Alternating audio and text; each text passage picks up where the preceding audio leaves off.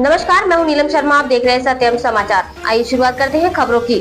9 अप्रैल की रात्रि में हुई बेमौसम बरसात ने किसानों पर गाज गिराने का काम किया है। किस तरीके से इस बरसात ने किसानों की फसलें बर्बाद हुई है, आइए आपको भी दिखाते हैं। सबसे पहले इन तस्वीरों को देखिए। यह तस्वीरें खेतों की तस्वीरें हैं। तस्वीरों को देखकर आप आसानी से अंदाजा लगा सकते हैं कि किसानों का क्या हाल बेमौसम बरसात ने किया है। किसी को इस बात की उम्मीद नहीं थी कि अप्रैल माह में इतनी भीषण बारिश होगी। किसानों ने अपनी गेहूं की फसल को काटकर खेत में ही रखा था, लेकिन 9 अप्रैल की मध्य रात्रि में अचानक से ओलावृष्टि हुई और मूसलाधार बारिश हुई है, जिसके चलते इस बेमौसम बरसात ने किसानों को रुलाने का काम किया है।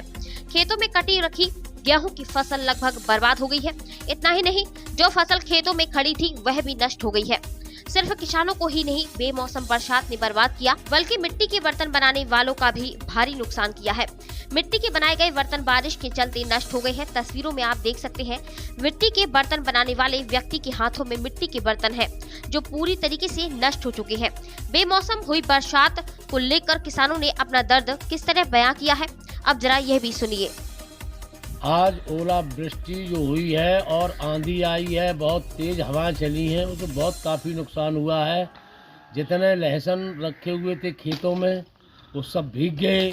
जिन लहसुनों में पानी लग गया था खुदने के लिए थे, वो सब उसी में खराब होने की कगार पर पहुंच जाएंगे। मक्के की भी पत्ते ओले पड़ने से मक्के के पत्ते सभी नष्ट भ्रष्ट हैं। गेहूं में कम से कम किसी खेतों में 25% नुकसान है, कहीं 10-15% तो प्रत्येक खेत में नुकसान है। बहुत नुकसान हुआ है।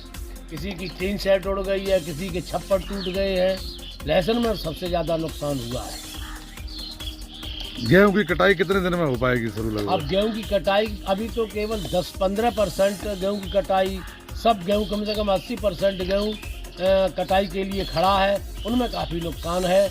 और जैसे कि अब वो पानी भरने से कम 8 दिन बाद जब हवा चलेगी, धूप निकलेगी, तब कहीं कटने के लिए किसान तैयार हो पाएगा और तभी वो गेहूँ कट पाएंगे।